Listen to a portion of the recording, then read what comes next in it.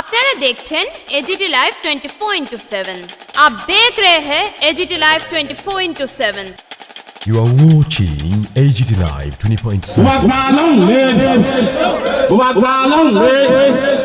Hai này đi xuống mặt đất bắt cam đâu các bạn buôn bay thay thế hai này đi xuống mặt đất bây giờ nó cái sao buôn bắt tari thế bây giờ cái sao buôn bắt tari thế buat kalong di prabatalong di prasalong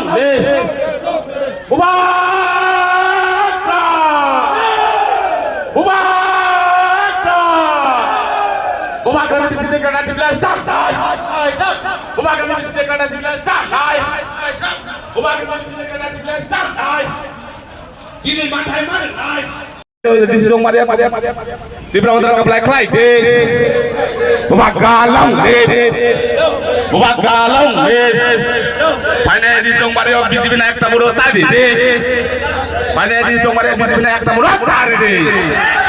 Bumakal. আপনারা মনে রাখুন 2021 যে আমাদের ADC election হয়েছিল, আমাদের যে প্রার্থী ছিলেন বা আমরা যে ভোটে লড়াই করেছি, তখন আমরা সেই তীব্রমতা পার্টি একটা নতুন শুরু ছিল, সেই জন্য আমরা কিছু ভুল ত্রুটির কারণে আমরা জয়লাভ করতে পারিনি।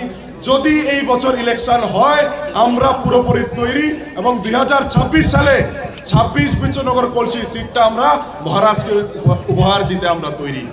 আমাদের একতাবদ্ধভাবে থানসা রেখে আমাদের লড়াই করতে হবে এবং মহারাজার যে আইডিওলজি, মহারাজ কি বলেছে, জাতি জনজাতির যদি সমান্তরাল উন্নতি আমরা চাই তাহলে এডিসি এলাকার যা আমাদের পাওনা, যে আমাদের ইলেকশন সঠিক মতো করানো দরকার সেটা করাতে হবে। কিন্তু আজকে আমরা দেখেছি কি, যারা বিজেপির নেতৃত্ব, যে মুখ্যমন্ত্রী হোক বা বিপিন দেব বাবুরা হোক, বিকাশ বাবুরা হোক, ওরা গ্রামে গঞ্জে ঘুরে ঘুরে বলছে কি এডিসিতে চলছে কারাপশন, লুটপাট। ওনারা এক একটা সবাই এক এক সময় এক এক কথা বলে যে আমরা এডিসিকে এত হাজার কোটি দিয়েছি, 8,000 কোটি, 10,000 কোটি, 12,000 কোটি। কিন্তু আমাদের দলের বিধায়ক রঞ্জিত দেববর্মা বাবু যখন বিধানসভায় প্রশ্ন তুলেন, সেই প্রশ্নকে ওনারা রিজেক্ট করে দেন। সত্যের সাথে লড়াই করার ভারতীয় জনতা পার্টির কোনো সাহস নেই। ওনারা শুধু মানুষের পাশে গিয়ে মিথ্যার প্রহসন দিয়ে অবস্থা 12টা বেজে গেছে বন্ধুগণ। তাই আমরা বলছি আপনারা আকাশে কথা বলছে, এই ভিউ হলো আপনার ভিউ। আজকের দিনে দাঁড়িয়ে আমরা বলছি আকাশের মধ্যে আমরা তো আকাশে বলবো না, তুই একটা আমরা হাতে রেখে আমরা বলছি আজকের দিনে মহারাজার নেতৃত্বে 2026 সাল এই সাধারণ নির্বাচনে আমরা গণতান্ত্রিক পরিবেশে লড়াই করে আকাশের মধ্যে 25টা আসন নিয়ে পুনরায় আমরা ক্ষমতায় দখল করব।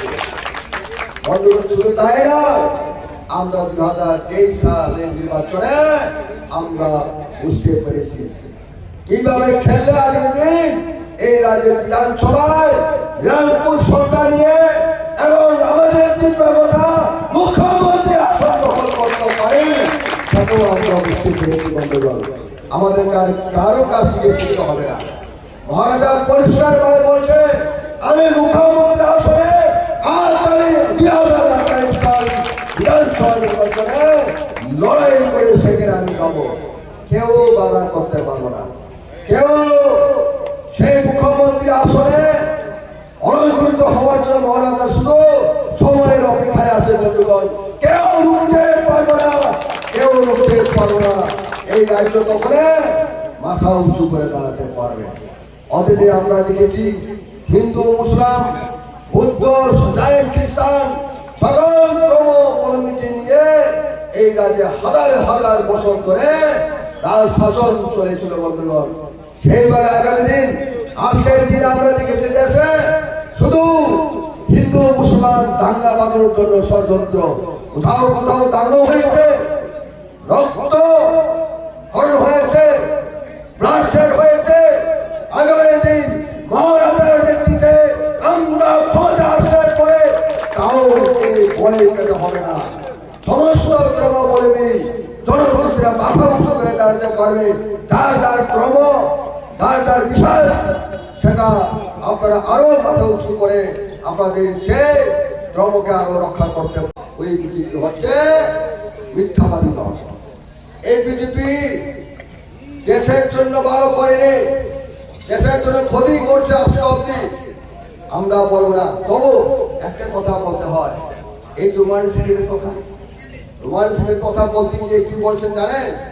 আমরা ত্রিপুরা সবাই যে রোমান স্ত্রী মানে ইংরেজি স্ত্রী, আমাদের বরের ছেলে মেয়ে থেকে আরম্ভ করে যে মানুষ, যে ব্যক্তি আজকের রাজ্যের মুখ্যমন্ত্রী, উনিও তো ইংরাজিতে নাম লেখেন।